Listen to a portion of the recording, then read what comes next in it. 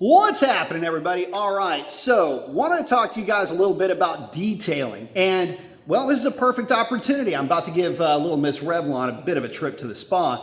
And I wanted to bring you guys along with me on the journey. Now, keep in mind, I'm by no means a professional, but I like to keep my cars looking good. And it's easy to get intimidated when you're starting to talk about running around with one of these orbital polishers. But keep in mind that if you get the right equipment and you have the right technique, there's really no way, I think, that you can hurt your paint. In fact, if anything, just the act of going through these motions will bring out some shine in your car's paint. But that being said, wanted to walk you guys through a little bit of what I've discovered along my journey with this.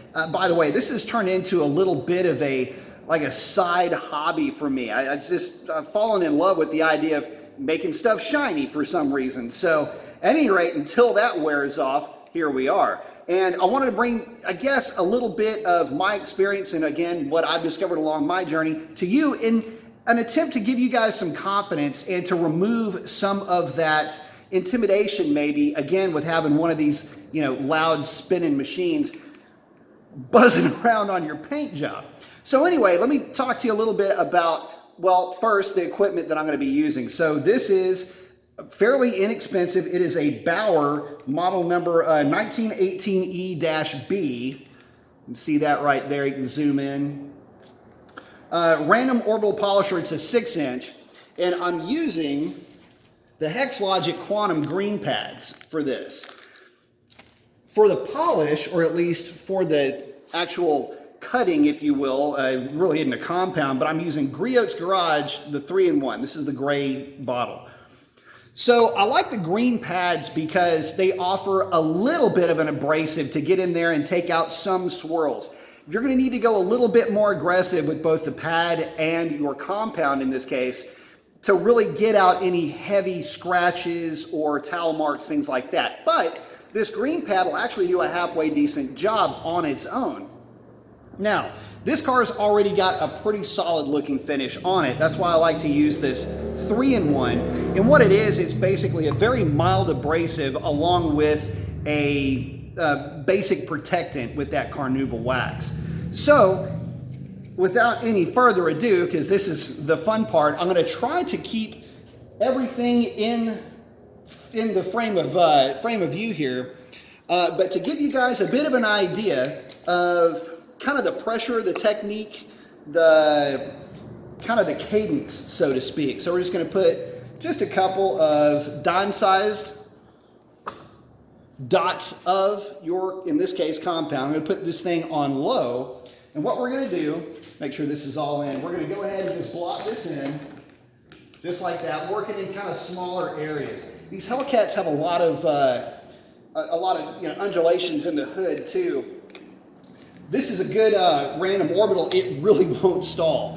Some orbitals, you get them up against these cows and they'll just quit turning. This one won't do that. This is actually pretty stout. So anyway, we've gone ahead and we've dabbed this stuff on here. We're going to start out kind of slow.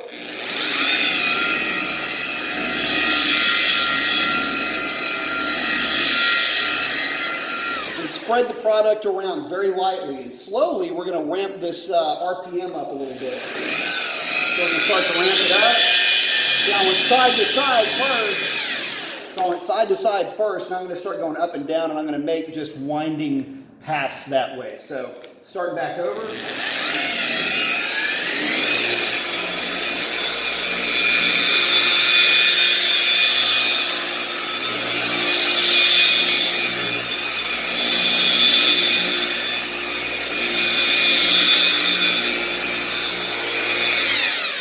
I'm putting just enough force on this orbital sander. Basically, I'm not leaning on it. As you can see, I'm basically guiding it with just a little bit of pressure. Not very much. And if you could see the sides of this pad, it's maybe compressing it just a little bit. So just a slight, I need to clean these pads too. Just a slight amount of compression is all you need. Don't lean on it, but don't let the machine just run wild all over the place. You want to put just enough pressure on it to where you're guiding it properly. Let me start back over slow. And ramp it back up.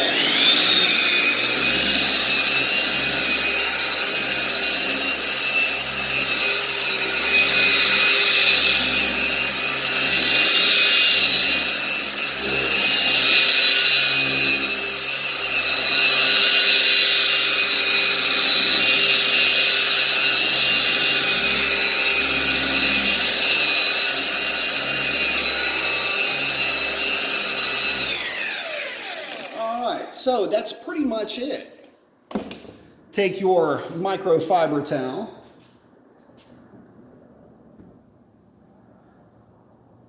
fold it over, and in one direction, you probably turn it, or, do swirlies or whatever. I'm just doing it in this one direction. But just like that, ta-da, brought out a little bit more shine in that pan. And that's it. Really nothing to it. Now, if you're using this type of a technique, basically you're just spreading a lot of wax quickly, making your job a little bit easier in the process. But, as opposed to doing it by hand. But I'll tell you what, looks pretty good if you don't mind me saying. And again, I'm not a professional. I'm sure there's some technique that I'm using that is not proper or something along those lines. But hey, look, I'm just getting started. I'm out here having a good time. Super relaxing for me. Kind of takes my mind off of things. Puts me in kind of a chill, zen kind of state of mind coming out here and just running that thing over this paint. And by the way, the feeling that you get on this, I wish I had philo-vision over here because it is super slick. It's like you're rubbing your fingers across, it's not even glass. It's even slicker than glass. So anyway, get out there.